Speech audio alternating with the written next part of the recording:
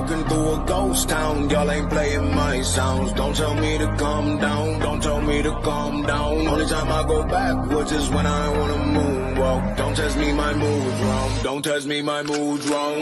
We are who we say that we are. You were lost in the stars, and it's all from the start. Never running no pace, never on the right page. But we still read that book, and we still run that race. Ay. Mississippi Racer riding out, no shortcuts, no time for that. Mississippi Racer riding out, till the wheels fall off, I'm driving that. Mississippi Racer riding out, we'll stop burning, strike the match. Mississippi Racer riding out, red light, green light, red light, good night. Ay. Red light, green light, red light, good night. Red light, green light, red light, good night. Red light, green light, red light, good night. Red light, green light, red light, good night. No time to chill, don't sweat it. Good morning and welcome. It is Coffee and Sports. It is the morning show powered by Wire to Wire Network. Thank you so much for making us part of your morning routine, whether it is live on Facebook, live on YouTube, or live on Roku TV. Thank you to the wonderful, wonderful folks over at Northeast Sports Productions. I am Chris, and of course, that over there, that is Mo. Mo, how are you on a Thursday? I'm doing great. Doing great. A little disappointed in the action we had in the NBA last night. 2 massive blowouts. So in terms of entertainment, there was none. But we move on. Mo, let's start with this. It's an area that I don't talk about much because I simply don't have the knowledge in that area. But luckily for me, you do. You do have the knowledge in that area. So we're going to open up with some boxing today. In the world of boxing, the buzz right now is about Ryan Garcia. Ryan Garcia tested positive for a banned substance. This comes on the heels of what many called a underdog victory for him. He went into a fight that many predicted that he was not going to win. He early on in that fight, Mo, it also looked like he was not going to win. But he sustained. He overcame. He got knocked down later on in the bout, and he ended up winning the decision. And then he takes a voluntary test during the process. You probably can shed more light on this than I can, but he takes a voluntary test, which means he submitted a sample the day prior to the fight, and he submitted a sample the day of the fight, and both of the A samples from that test have come back as positive for a banned substance. The banned substance is Ostarine, something along those lines. It is not a steroid, but it is similar to a steroid as far as the recovery process and the healing process, not exactly as far as the testosterone related benefits that steroids have. It's not the testosterone, it's all the other stuff that steroids potentially help you with, the recovery and all that. It's not approved for humans in any country. So take with that information what you will. Mo, Ryan has come out, and him and his team have responded to it. They're calling it a joke. They're calling it fake news. They're posting pictures of different supplements that he took. Okay. I guess that's one way to go about it. The gentleman that he defeated in this most recent boxing match, he has also come out and he has made some comments, and he is not joking about it. He is calling Ryan a dirty fighter. He says that it's embarrassing to the sport of boxing. He says that Ryan not only disrespected him, but he disrespected the fans. His father has come out, who is also happens to be his trainer, and he has taken it personally. He has basically said, "You tried to come after my baby boy. How dare you? That's not how he got a little more emotional there, Mo. He was talking about taking it to the streets, this, that, and the other thing. Mo, obviously, this is not the first time the sport of boxing has seen this. This is something that probably happens more in the sport than fans would like to see. Obviously, this is not the first time that someone has tested positive for something and they have come back and said that either I didn't do it or I didn't know or that wasn't my intention. And even though he's making light of the situation and he's calling it fake news and he's comparing it to the former president, Donald Trump, he still is he's still denying it, right? He's still denying it. He isn't taking responsibility. He isn't coming out and saying, yeah, I did it. I got caught. My bad. I'm sorry. I made a mistake. he's I don't know. I don't want to put words in his mouth. I don't know if he's saying that the test was a false positive. I don't know if he's saying that he took something that was supposed to be clean and it wasn't. I don't know exactly what he's trying to say, Mo, other than the fact that he's not taking the allegations seriously, despite the fact that both of his A samples tested positive. There is a window open for the B samples to be tested. Obviously, if he thinks that it was a false positive for the A samples, you're going to want the B samples to be tested. If you know the A samples were not a false positive, you're not going to want the B samples to be tested because that doesn't help your case at all. And you don't need more of that out there. But Mo, you know this world. You're a fan of boxing. You are very acclimated to this world. Kind of walk. And by the way, if you don't follow boxing, the build up to this fight was anything but civil between Ryan Garcia and I don't have the other man's name in front of me, Mo. You might have that information. And right off the top of my head, I want to say Haney, but I'm not sure. Yes, it was Haney. The build-up was not civil. The build-up was very personal. It was very intense. So this isn't just a run-of-the-mill match, something where it was just lined up because this person was the next in line. This was very personal. It was very heated in the build-up. And like I said, Garcia was a huge underdog going in. So the fact that the buildup was so personal, Mo, and then he came out on top, and then we find out that he tested positive, it's a whole situation. It is. But, because there's a short story, then there's the entire story. So let me just say this. I believe Devin Haney, through his amateur boxing career, he'd been undefeated. Like, nobody could beat him. He was that gifted a fighter. But then he lost to a certain person 3 times. That person that beat him 3 times as an amateur was Ryan Garcia. They have a history now. So they have a history. Ryan Garcia has owned him in the amateurs, and Haney has been a much more successful pro. Ryan Garcia suffered a devastating loss maybe a year ago. I think it was to Tank, where he hit him with a body shot, and Garcia just couldn't continue to fight. So he came into this fight. Yeah, I think he was an underdog, but the catch weight was a higher weight than what Haney normally fights at. It favors Ryan Garcia, who is a naturally bigger man. Garcia had a hard time making that weight, the catch weight. But you know how boxers go. He goes in, he makes the weight. Then the next night or the night of, he puts on about 16 pounds, right? That's how they do it. Which blows my mind, Mo. It blows my mind how, and we'll say boxers as they're doing it, but it blows my mind how a human being can walk into a situation like, I got weighed in 24 hours. I got to get through. I'm 3 or 4 pounds short. And they drop the 3 or 4 pounds in a 24, 48, 72 hour period to make the weight. And then you see them in the match and they're 10 plus pounds heavier than they were at the weigh-in. Right. Mo. Yeah. It's amazing how boxers can cut weight and then turn around and replenish themselves. And then you go, well, he made the 140, and they go, what is he walking around with? And they're like, he's about 160. Right. So he's a more powerful man to begin with. Look, I watched the fight. Yeah, Haney got off to a good start, but more or less, Ryan Garcia's power, it just overcame him. He just broke Haney down.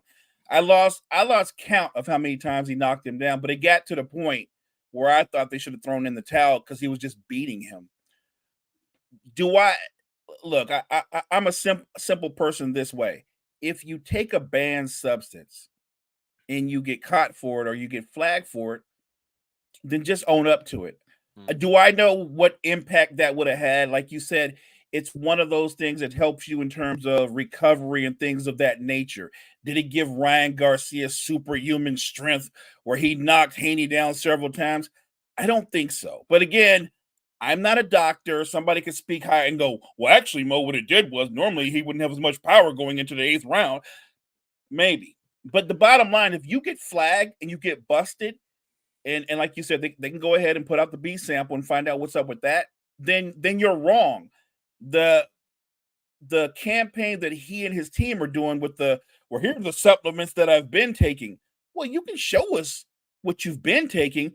Of course, you're not going to show us what you're not supposed to be taking. That's kind of common sense. So that doesn't prove anything. Look, and look, Devin Haney and his dad, I'm sure they're very upset because of the loss, devastated. They're going to go in a campaign and go, well, that's why I lost, because this guy's cheated. And you could say he did. You could say that. To wit, I would say, if you saw the fight, my advice to Haney would be, don't rematch. Don't you do that. Don't rematch. It won't favor you. Don't rematch unless you go to a much lower catch weight. And my guess is it won't matter. He'll just put on 20 or 30 pounds the night before and come out bigger and stronger then too. It's one of those things, because of their history and because of the nature of boxing, Chris, which, let's be honest, the history of boxing, it's one of the dirtiest sports in all of sports. I mean, I've watched a fight where a man beat a man from round 1 to round 12 and he lost a split decision. And you're like, what? That's what boxing does. That's what boxing does. Look, if I'm advising Ryan Garcia, I would just say whatever the B sample says, it's going to be the definitive one. Own up to it and go, look, I made a mistake. I put something in my body I wasn't supposed to. My mistake. And you can put it out there. If Devin wants a rematch, we could do that. We could go again, and make it that simple. I don't think Devin Haney really wants a rematch. He might say he does. I'm sure his dad is saying that, but if I was Devin Haney, I would leave Ryan Garcia alone. Michelle brings up a good point there in the chat, Mo. Can he get this overturned? What does that look like in boxing? Because he was undefeated, I believe, going into this matchup.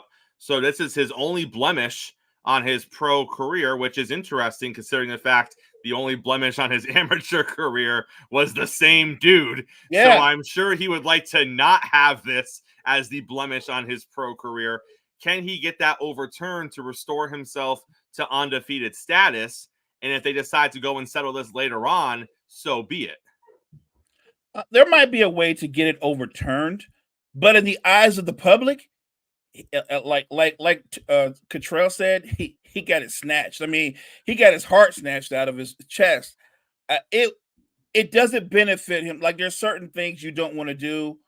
I don't want to see that rematch. He can say all the right words, like he wants to fight him. You could do that, but never fight him. That's all I'm saying. Like, that's the best way to go about it. It's just a bad look. Sometimes in boxing, there's a guy out there that's just a bad matchup for you. That's a bad matchup for him. Well, I'll tell you what's not a bad matchup. Bringing JG on the show. And we got JG here on the show this morning. We got things to talk about in Major League Baseball. JG is clanging and banging this morning, sir. JG, how are you? I'm doing good, guys. How are y'all this morning? Good morning, JG. JG, we appreciate you taking some time out of the workout to talk with us real quick. Let's get right into it. JG, I didn't get a chance to talk to you this morning, so I'm gonna ask you before I ask you. Did you see the play at the plate in the Mets and Cubs game last night? I did. I got to see the highlight of it. I'm sure I know where the question's asked. If you want to go ahead, I'm going to ask you, what was he? Because obviously, you know, when you go into a replay situation, there's some gravity that goes to what was called in the field, just like football. What was called in the field holds a little bit of weight. But when you look at the replay last night, I mean, his hand was like under the guy. The guy's on top of the plate. I don't know how he could have not been safe when his hand's clearly underneath him. The guy's falling on his hand. But JG, that wasn't even the big issue that Mets fans seem to be upset about. Was he blocking the plate? I think that was the first issue where they were kind of like, well, hang on. We'll get to the safe out call in a minute. Should it have been obstruction last night? So, by letter of the rule, he did everything he was supposed to do. He allowed a path to the plate before receiving the ball.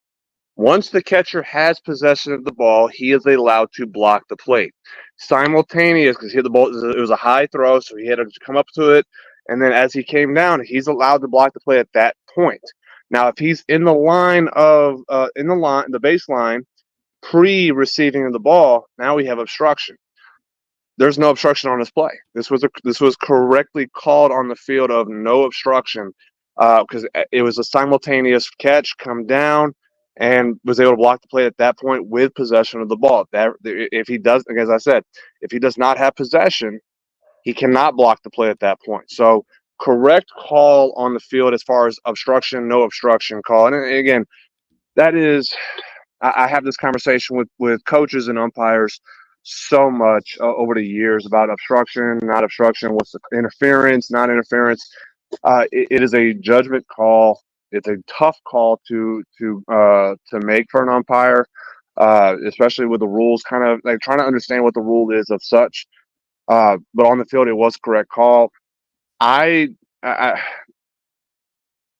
saw when Alonso went to reach, I kind of saw his shoulder kind of push back a little bit, and the hand, and by assumption, and that's the hard part about this, and I think that's why they kept the call as stands, because you see that arm kind of push back once he gets landed on.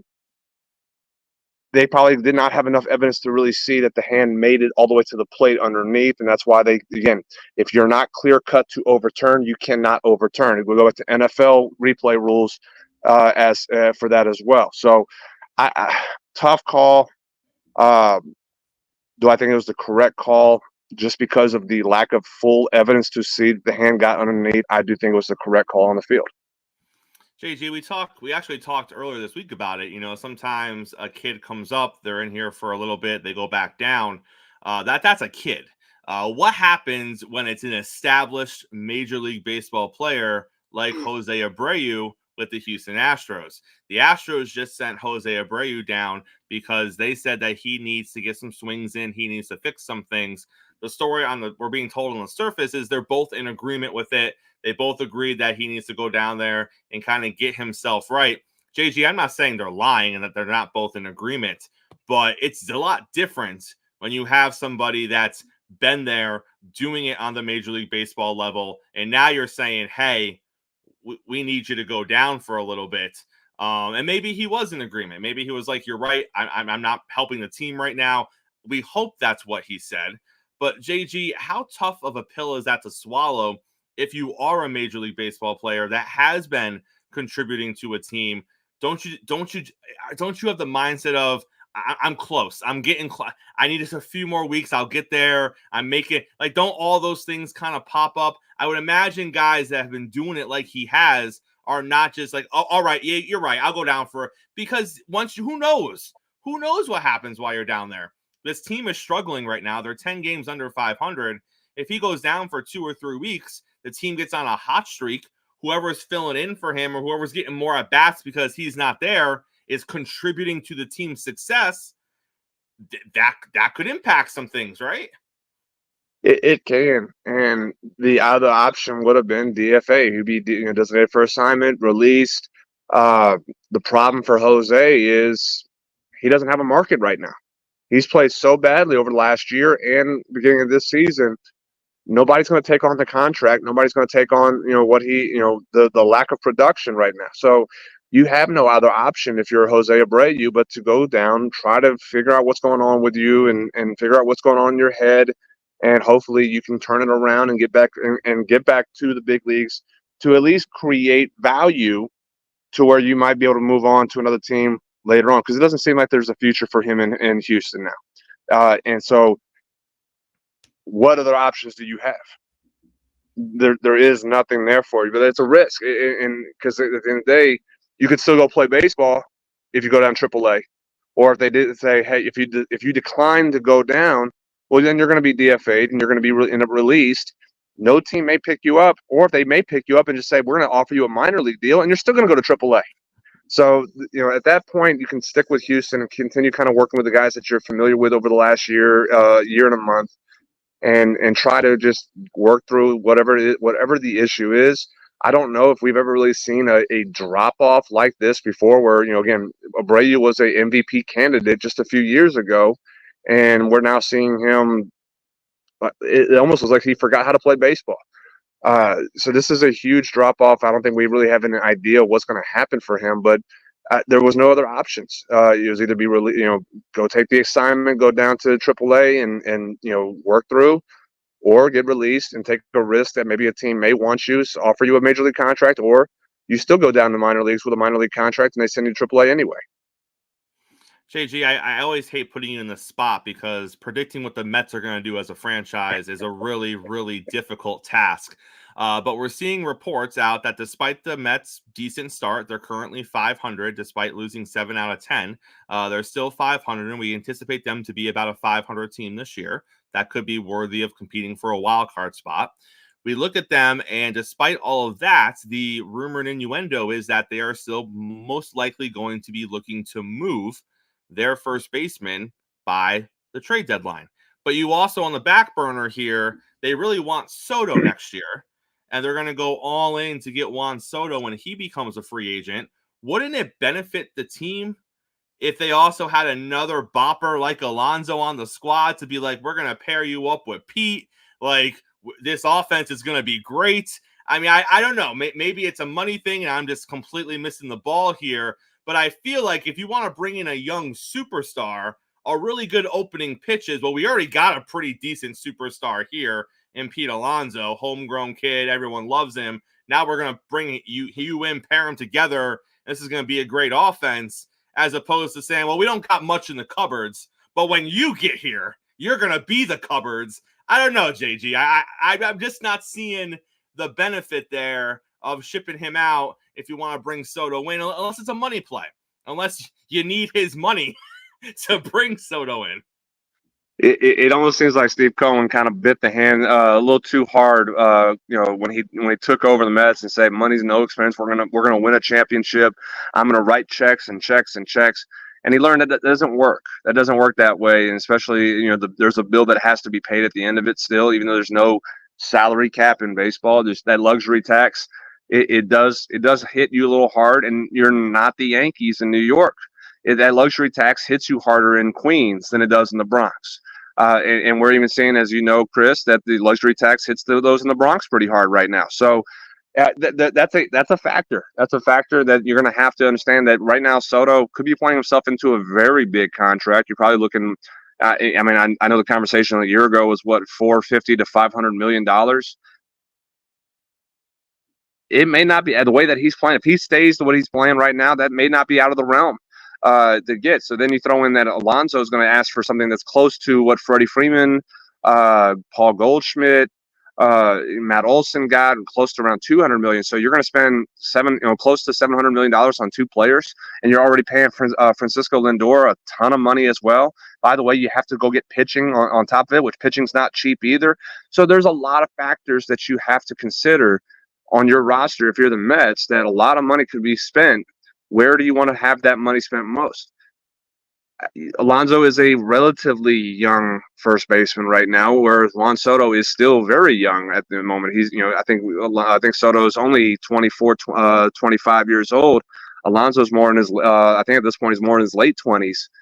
So even 2-year difference goes a long way to a 10-year contract, 12-year contract. It's a big factor, as we're kind of seeing right now with Mike Trout, who signed a 12-year deal, and right now we're in the middle of that 12-year deal, and he's kind of been up and down with injuries. So you have to factor in a lot of that when it comes to the Alonso and Soto. Who do you want to pay the most? Well, you want to pay the guy who's younger, even for 2-year difference. You want to pay the guy who's younger. So that's where Soto comes in, and understanding that you're going to win this division through pitching. The Braves have pitching, and they got young pitchers coming up still. The Phillies have won playoff series because of pitching. They do have a good lineup still, but again, you have the two aces on your staff. You do have Ranger Suarez, who's been really good as a number 3. Pitching is going to be what it makes you a factor in this division, which the Mets don't have great pitching right now. So if you're going to go get Soto, that $200 million that you're earmarked for Alonso, more likely, you can go use that for pitching and be competitive in this division a lot more than if you were to sign Alonso and Soto with no pitching. JG, we're going to end with this. Jon Heyman came out yesterday, and I give you the source because I want you to understand where it came from before you react to it. Jon Heyman came out yesterday, and he was asked, who is the most complete team in Major League Baseball? And without hesitation, he said the Philadelphia Phillies.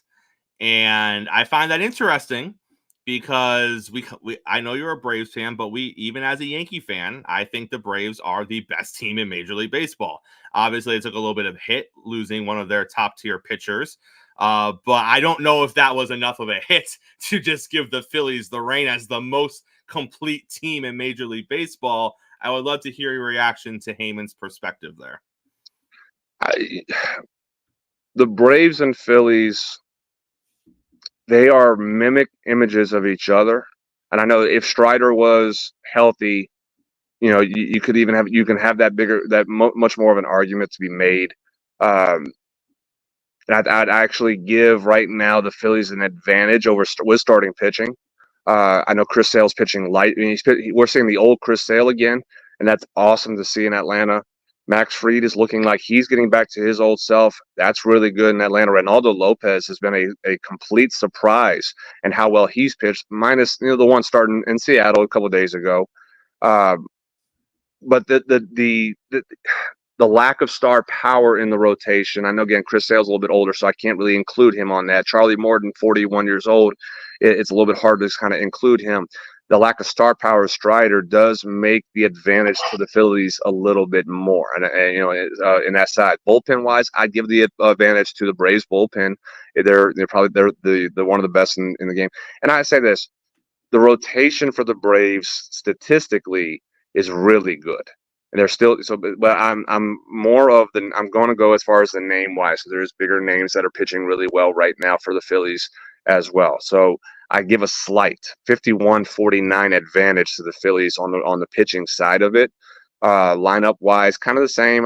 They're just images of each other. They're deep. You have the star power: Bryce Harper, Ronald Acuna, Alec Bohm, Austin Riley. You have these speed guys and Brandon Marsh and Michael Harris, good catchers, and Sean Murphy, Travis d'Arnaud, and JT Realmuto.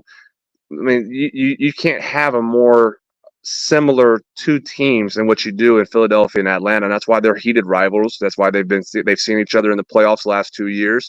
And I don't think 2024 could be an exception to that as well. I think we can probably see another matchup, hopefully in the NLCS this time instead of the NLDS. But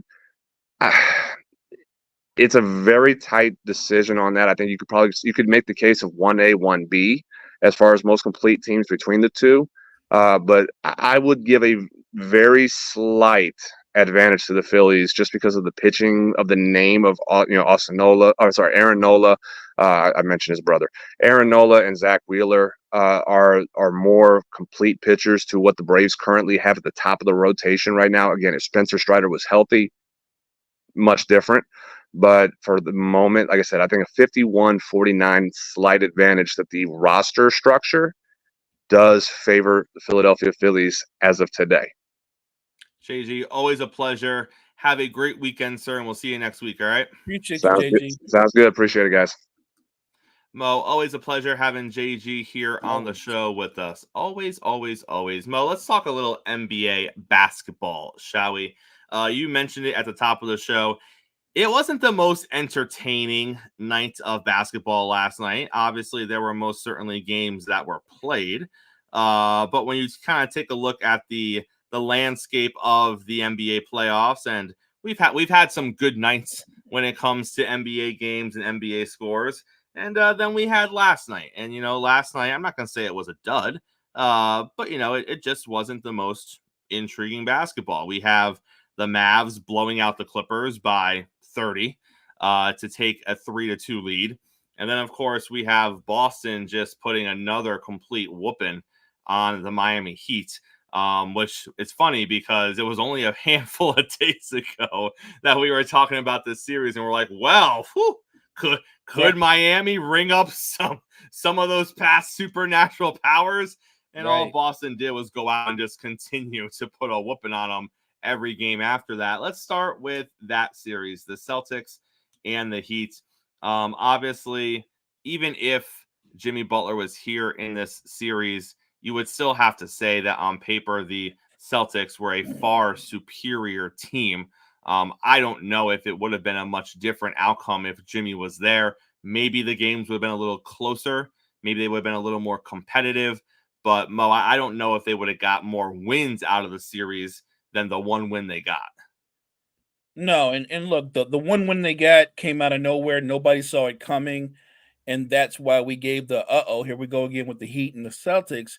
And then the Celtics came out after that and reestablished their dominance. They've been the best team in the NBA all season long.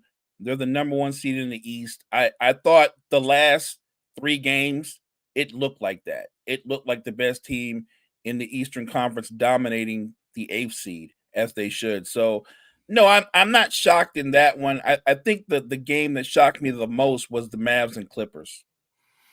And then speaking of the Mavs and Clippers, again, 30-point blowout. This has been a weird series. I think that's the best way to describe it. It's been weird. At times, both teams have looked good. At times, both teams have looked bad. At times, superstars have played and they haven't played in this series. And here we are. Dallas is 1 game away from taking this series and moving on to the second round. And the Clippers are, once again, 1 game away from another disappointing playoff exit, which seems to be just where we are with the Clippers now. It's not a matter of if, it's a matter of when, and it always has something to do with health. This playoff series is no different. Health has been a factor. I'm not saying it was a contributing factor, because when you look at it, Mo, you could argue they've played better without one of their particular superstars on the court. But again, you have a series where you don't have your entire repertoire of superstars healthy. That does change things a little bit. What do you make of the series and where we are now? And what do you make of the Clippers moving forward? Because, again, they're going into that new building. They need these superstars on their team. But, Mo, I feel like with the Clippers, we just know the story now. We've seen it enough where unless there's a big shakeup, if this is essentially what the team is going to look like next season, which it probably is, by the way, then we know the story. They're going to be anywhere from average to above average to maybe even good in the regular season. And they're going to do their best with load management and avoiding injuries. And then, lo and behold, no matter how the season turns out, once we get into the playoffs, at some point, injuries are going to be an issue. And they're just going to have a disappointing exit. We've seen it. And here we are again, and we're seeing it. And we keep watching this movie over and over again, and the ending never changes. Look, we've gone over this numerous times, the fact that Kawhi Leonard's health issues, they're chronic issues. They're not going to go away. So he's going to be better sometimes, and sometimes that knee will flare up, and he's not going to be so good. He'd been terrific all year long. He's had an all-NBA season, and then guess what? There's knee swelling. And it came at the worst time, but this has been the story of the Clippers in the Kawhi Leonard era. And like you said, they're getting ready to go into a new stadium. You want to bring in fans. You want to give those season ticket holders a reason to show up. And they just gave Kawhi Leonard an extension. And look, I'm not killing him. When healthy, he's one of the better players in the NBA. But I don't see... I think Steve Ballmer, clearly he's a brilliant businessman. I wouldn't have given Kawhi Leonard that extension. I just wouldn't have. Not going forward. No, even though I know we need to put bodies into those seats, the story of the Clippers in his era has just been a story of disappointment. And yes, health has played a role in it, but they've also come up short. Their best chance was actually that year in the bubble. Remember, they were favored. They were favored to meet the Lakers in the conference finals, and Jamal Murray, Joker and company took them out. They took them out. And ever since then, they've never come close to winning a championship. And once again, this current iteration of the team playing against Luka and company, I've seen the Clippers have a 30-point lead on the Mavs. That was the game before last night. Blow the lead, somehow hold on in the final 2 minutes, and then in a game 5 where whoever wins is going to have control of the series, a home game 5, Chris, they get blown out by over 30 points in a home game 5. And right when everybody wanted to go, look at James Harden. Look how great he's played this series. 50% from the field, 50% from 3. Only averaging two turnovers versus his 8 or 9 assists. James Harden has been getting all kind of praise, and then last night he has the game where he has 7 points. He and Paul George combined for 20 points in a home game 5 and a must win. This is why people don't bet money on the Clippers. This is why. Even if you're a degenerate gambler, you don't go, not the Clippers. That's what went wrong with Mizuhara. He was betting the Clippers, Mo. Well, it kind of coincides. They are in LA. He probably got on the Kawhi Leonard train and he was like, Clippers, baby, sure bet. And the bookie was like, Mizuhara, are you sure? He goes, my guy says it's a sure thing. Right, my guy. Not using any names, just his guy. Mo, in the next round of the playoffs, it is expected that we are not going to see Kristaps Porzingis. He is expected to miss all of round 2. And then hopefully he'll be back for the Eastern Conference Finals. I'm not trying to discredit what's going to happen in round 2 of the playoffs with the Boston Celtics, but they do have the fortune of playing whoever decides they want to win this series between the Cleveland Cavaliers and the Orlando Magic. One of those teams is going to come out of there, and one of those teams is going to go play the Celtics. Mo, does it matter? Are either of those teams going to get a win against Boston? Is it going to be a competitive series? Because I don't know how much better either of those teams are than the Heat. I think they're both marginally better, but at the same time, if you look at how they've played in this series, and I'm talking both teams, I wouldn't say based on the series that we are just watching right now that they're that much better than the Heat. So you look at Boston, yeah, they're going to be without Porzingis, but unless one of these teams between Orlando and Cleveland turns on a switch in round 2, I don't care which one shows up for Boston. If they're going to play like this, Boston's going to run them in 4, are they not? Yeah, look, I'm willing to give Cleveland or Orlando one game because Boston, you could book it that they'll have one of those lazy games where they just kind of go through the motions, and then they wake up and then they stump them out.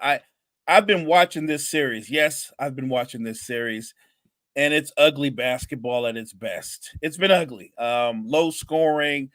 Look, I will say this: if you're one of those people who yearn for the days of what '90s basketball looked like, go watch this series. It's a lot like '90s basketball.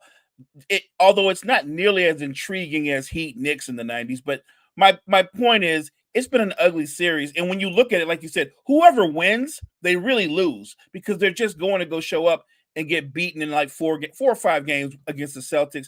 The Celtics do not need Kristaps Porzingis in the second round. They need him healthy for the conference finals. That's what they need him healthy for. But versus the Magic or versus the Cavs, I just think either team doesn't have enough to compete with Boston. So it's been an intriguing series, and I'm sure if you're a Cavs fan or a Magic fan, you're like, you never know. You don't know what we could do once we get on a roll. We could take the Celtics. Yeah, I get it, and you should want to believe that. But much like the joke we were just making, don't be like Mizuhara and bet money on your home team because they're not going to win that series. Mo, when you look at the Clippers, obviously Kawhi is not going anywhere. There isn't going to be a market for James Harden. So he's not going anywhere. Oh, he's a Clipper. Nobody's going to want Russell Westbrook. He's not going anywhere. Nope. So that leaves one name, and that one Paul name George. is Paul George. Now, we assume that when Kawhi got the extension, George's extension might be coming soon after. Hasn't happened yet. You do have Kawhi there. You do have Harden there.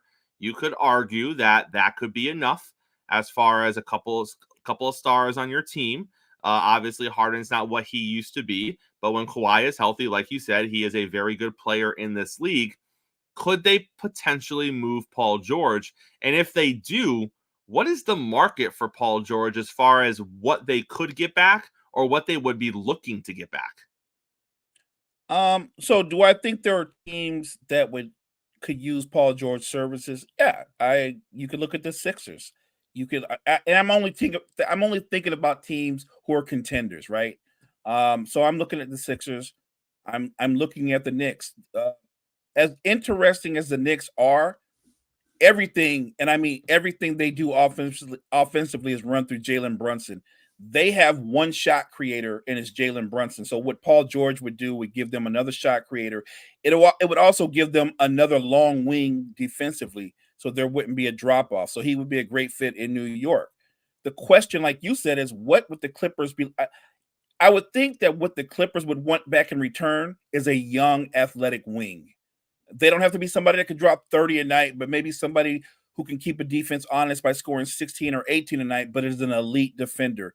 The Clippers, they need young legs. They need athletic legs because it's an older team that lacks a lot of athleticism. The only other team in the NBA that's less athletic than the Clippers are the Bucks. So that's not saying much. Right. Well, no, it's not. It's not because there's a lot of guys on the Bucks roster less athletic than you or I. But yeah, I think they're looking for young legs. I don't think it's a lock that they move Paul George, but I think it's a high possibility. I think that Steve Ballmer and the GM are going to get together and look to make a move that benefits them in the present and the future.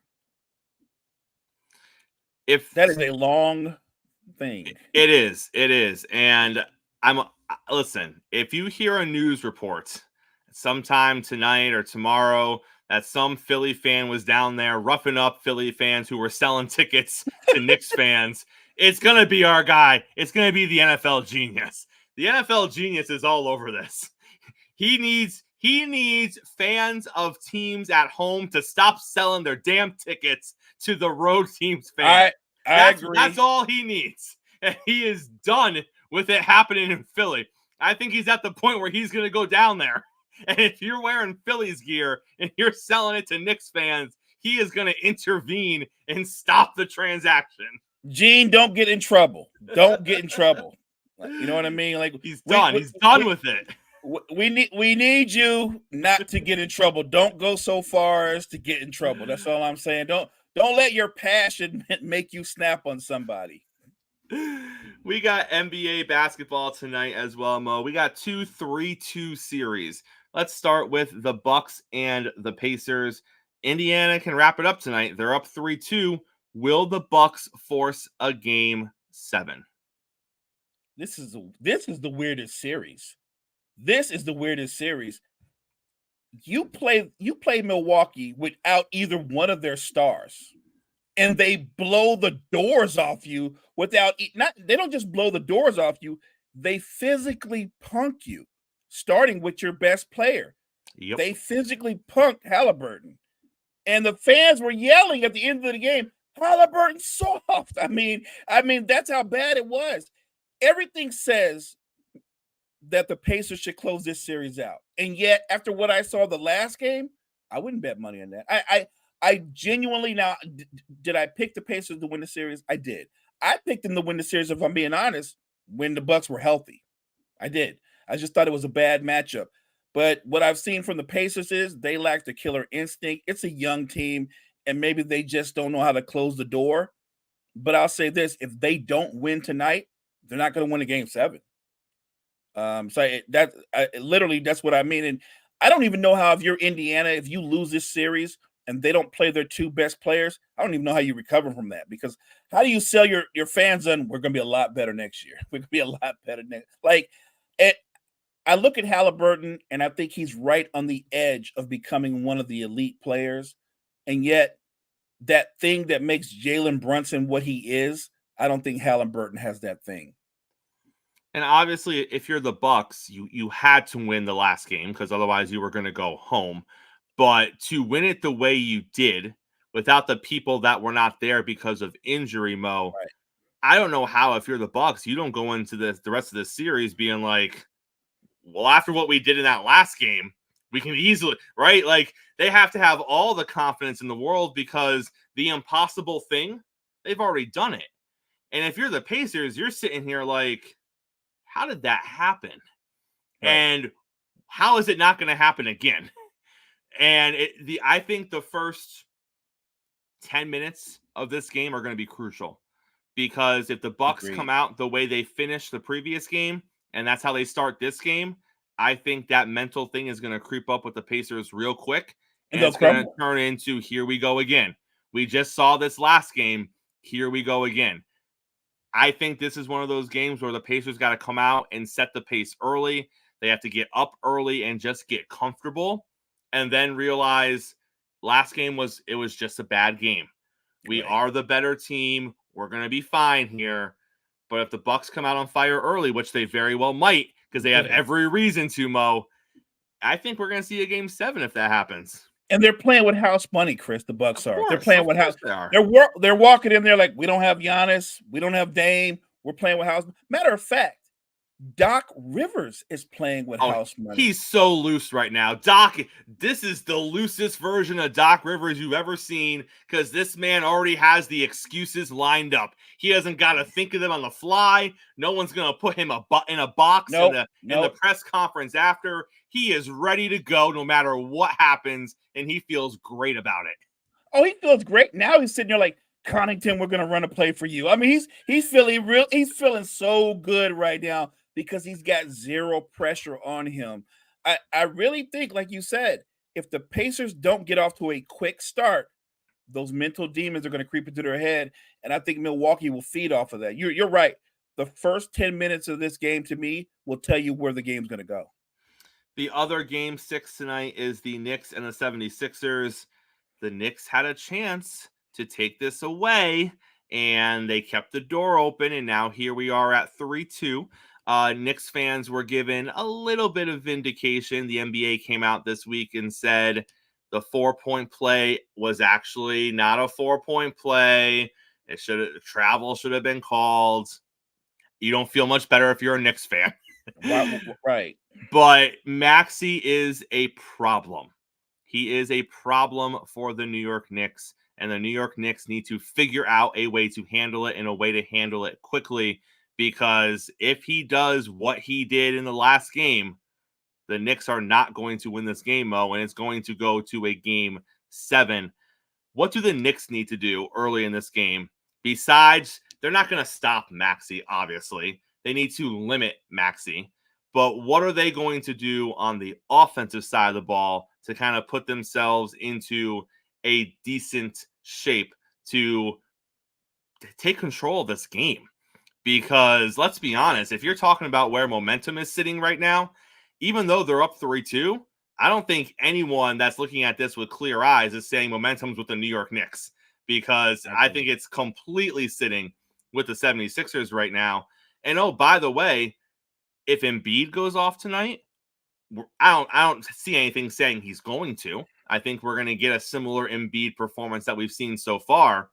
But if Embiid gets a little Superman strength in him and has a game, the Knicks are really in trouble tonight.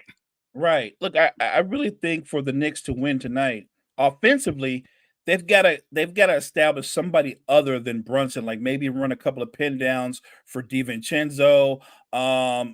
Look, set up a pick and pop or a pick and lob situation to Hartenstein. I guess my point is he's got to find a way, Brunson does, because he will dribble the air out the ball. He's the primary ball handler. He's got to find a way to get his other guys involved. You and I know before the game's over, Brunson's going to take 20-plus shots. So he's going to get his opportunities, but he's got to find a way to get somebody else. McBride has been really effective for them coming off the bench. Maybe give McBride more minutes. What the Knicks need is to generate offense from other sources other than everything being wrapped around Brunson. And then I would say defensively, no, you can't stop Maxey. But if you're physical with Embiid and then the refs are allowing it and he's not trying to post up, if he's not trying to be in the elbow, if he just allows you to push him out, because Embiid sometimes will drift and you're sitting there like, why are you way out here by the 3-point line? Why are you running pick and rolls with Maxey at the 3-point line? You're the biggest, strongest man in the NBA. Get on the block. Even with an injured knee, there's no way Isaiah Hartenstein or anybody else on that roster should be able to stop you from establishing position. So I don't think Embiid needs to score 30 tonight, but he needs to be effective. Effective meaning be efficient. If he gives you 20 points, on 9 shots, gets to the free throw line, and he makes 10 free throws, and he doesn't turn the ball over, which is key. Don't be sloppy with the basketball. You don't need no globetrotter passes. Make it real basic. Keep it simple. And by the way, I know Gene said he thinks Jalen Brunson has been the best player in this series. I think he's been the bigger name in this series. I think the best player has been Maxey. Go look at games 1 and 2. The Knicks won those games despite Jalen Brunson. Jalen Brunson was almost a 6th man for the Sixers. He was horrible in games 1 and 2, awful. Maxey was much better than him in both games, and yet the Sixers lost. Brunson was great in the 2 games in Philly, and then they come back, and what happens? Maxey was better again. Maxey's been the most consistent player in this series, more consistent than Brunson, more consistent than Embiid. I don't know if this is a coming out party to where Maxey becomes a superstar, but I know if I'm the Sixers, I'm going to ride the wave that he's on right now. Because right now, this kid's confidence is through the roof. So ISO him, go screen and roll with him. I think you get a heavy dose of Maxey. I think the Sixers make this they take it back to a game 7. I know I picked the Knicks to win, but I picked them to win on the whole premise that a lesser version of Embiid won't beat the Knicks. Maybe I'm wrong. Maybe the Sixers prove me wrong. Let's close out with some NFL stuff. First off, news out of Miami Dolphins land. Owner Stephen Ross was offered $10 billion with the B, Mo, $10 billion to sell the Dolphins, the stadium, and the hosting rights for the F1 race that takes place in Miami every year. So team, stadium, and then the right to host the F1 race. $10 billion. Let me put that into perspective for you. The Washington Commanders just sold for slightly over $6 billion. When the Dolphins were appraised last year, they were appraised at $5.78 billion. That will go up this year. They're expected to be somewhere around 6.5 as their overall value in the NFL, which obviously 10 is a lot more than 6.5. I know you throw the stadium in there as well. That's a big chunk, but I'm just saying $10 billion is crazy. A lot of money, Mo. He simply said he thought about it. He considered it, but he wants it to stay within the family. And that is why he chose not to pull the trigger and he chose not to make the move. It's a lot of money, Mo. I don't know. You have to have a lot of money to walk away from $10 billion. I'm glad you said that. He made a decision that only a wealthy person can make. Like, can I walk away from it? He's like, yeah, we're still going to be rich. Right.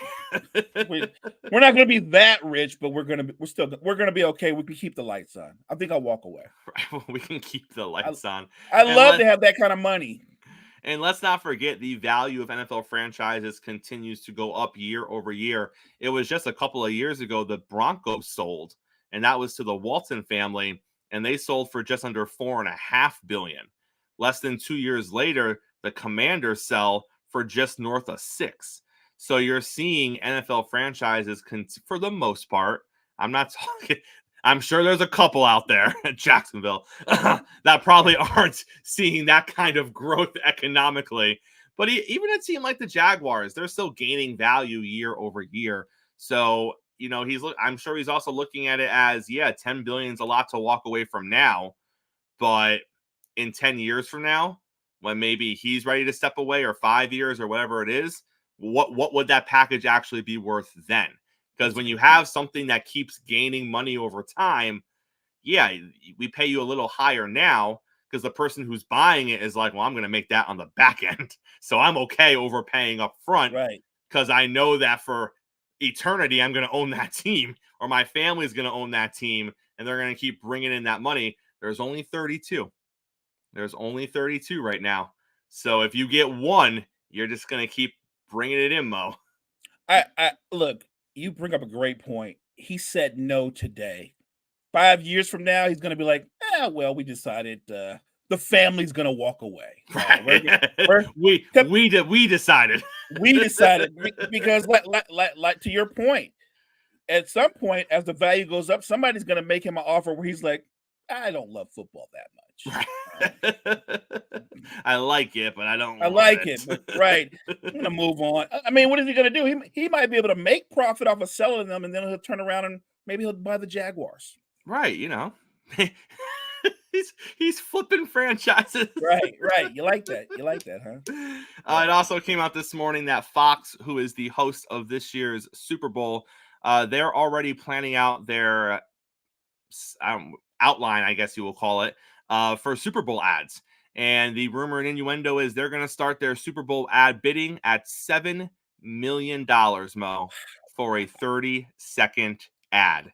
7 million compared to last year's Super Bowl. Last year's Super Bowl started around 6.5 million per 30-second ad. So you look at what Taylor Swift did for the ratings. You look at how many people viewed the game. You look at the fact that the Chiefs just might be back in the Super Bowl again. I mean, 7 million for a 30-second football ad. I'm blown away. That's 30 seconds. 30 seconds. 7 million. Like 30 seconds, and you're like, worth it. Right. You know what I mean? Like, got it. Worth it. That's one of those kind of things. When you pay 7 million for 30 seconds, whoever makes that commercial, you better hit. It better be a commercial that hits, because you're definitely fired if it doesn't. Not to mention, Mo, you have to make the commercial. And also, let's not forget what happens in Super Bowl commercials. They bring in celebrities. So now you're paying top dollar to have a celebrity come do. So, yeah, you're paying $7 million to get the commercial aired. Who knows what you're paying on the back end to get the commercial made? So It is a heavy, heavy investment. Last thing, $7 million. Right.